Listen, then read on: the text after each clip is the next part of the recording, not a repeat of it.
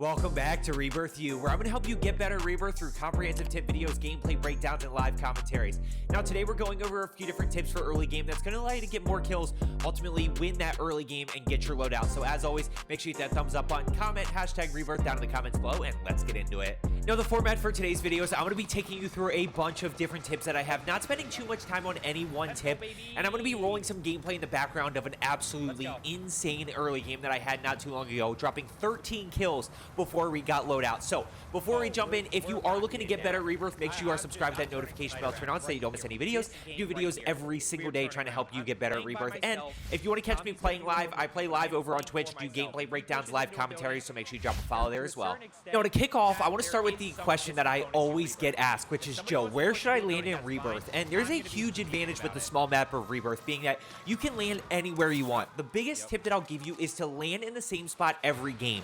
And the reason being is I want you to know this spot better than anybody else. I want you to know where the jump spots are, where the loot crates are, where the guns are, how do enemies rotate throughout that building or throughout that area. So no matter where you land, just be consistent with it. You can land bio every game, you can land control, you can land security, wherever it is. I just want you to start to learn that place better than your opponent, so that will ultimately allow you to win that early game easier and then get your loadout and keep pushing forward, which is what we're looking to do. Now, what if you play with randoms? Well, whether you're a beginner player or an advanced player, I would always recommend playing with your squad until you get that loadout. Once you get that loadout, you can solo split, duo split, whatever it may be. But up until that point, you should be playing as a squad. This is going to allow you to win early game easier. But the bigger issue that I see all the time is players split early game and you have one player at bio with 5,000 and 3 players at control with 5,000, and neither of those two can get loadout. So play together as your squad and get loadout and then kind of do your own thing.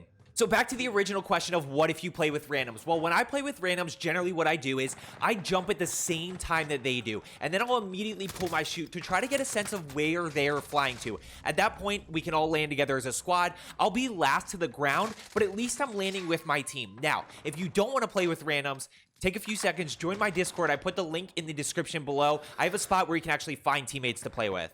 Now, once my feet hit that ground, I am looking for any gun. I don't care what it is, but I would rather fight with any gun than with a pistol. So I'm looking for any gun that I can get my hands on. Once I find a gun, then there's two things that I want to keep in mind. The first is I'm looking for guns that I am comfortable with and confident in using. Something that is better than the gun that I have right now.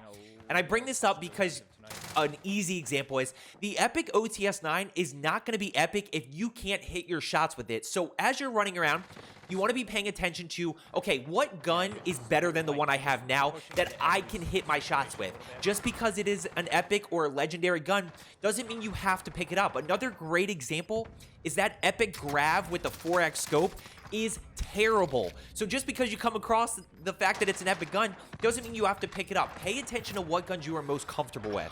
The second component of this is just be smart about when you're swapping weapons. Too many times I see people hyper-focused on floor loot and guns that are popping out of crates as opposed to what is actually going on around them and teams that are pushing them. So just be smart about when you're swapping weapons. Don't put yourself in bad positions because you feel like you have to have a specific gun.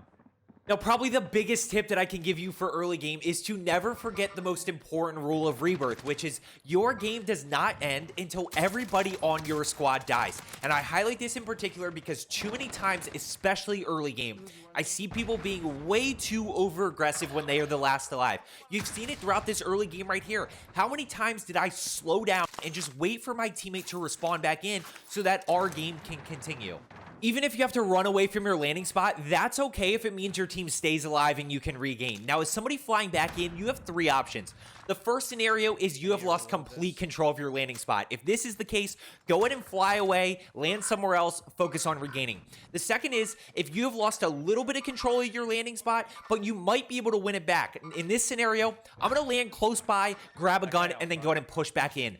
The third is if we are close to winning our landing spot and we still have control, I'm going to drop straight back down, basically find a gun anywhere I can, and focus on helping my team win that early game so that, again, we can get loadout and keep pushing. Should you farm teams early game? And I think it really depends on where you land and if you can get loadout safely.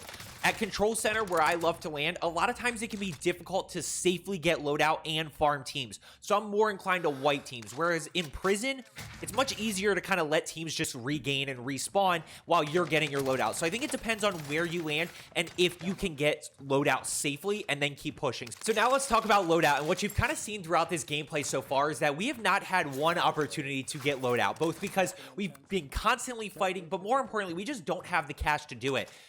What I do want to address is that as soon as you have enough money for loadout, you need to drop what you're doing, come together, get loadout down so you can start fighting with loadout guns. It is one of the biggest advantages in Rebirth, especially because you factor in having a heartbeat sensor, having throwing knives to finish kills so that you're not burning as much ammo. There's so many advantages to having loadout.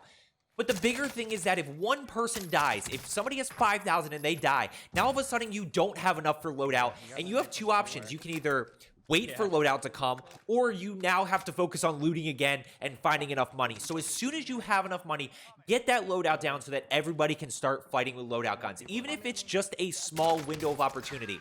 And once you have your loadout guns, the focus then shifts to what we always talk about, which is starting to fight strategic. We want to grab contracts and get our cash flow going so that we can start popping UAVs and start pushing teams strategically. That moment that we get loadout is when our whole game shifts. Now I'm not necessarily as worried about the team that we've been fighting so far. That may not be the best team to push. Maybe they're regaining and we farm that team. I'm less concerned about the team that we've been fighting and more concerned about where is all the action and where is the best opportunity to push. A lot of times what may happen is you have a brief gap to get loadout and there's one person alive on the team that you've been fighting for a while. And I, as the team leader, am like, hey, let's just farm that guy. Let's go rotate elsewhere. Let that team regain and we'll circle back to them when we have to. So as soon as you get that loadout, start to focus on good cash flow, getting your UAVs up, pushing teams strategically, and now you have the whole entire game in front of you. I end up dropping 25 kills in this game, although I'm cutting this off as soon as we get loadout here. I hope you found today's video helpful. As I always say, let's get better today, and I will see you tomorrow.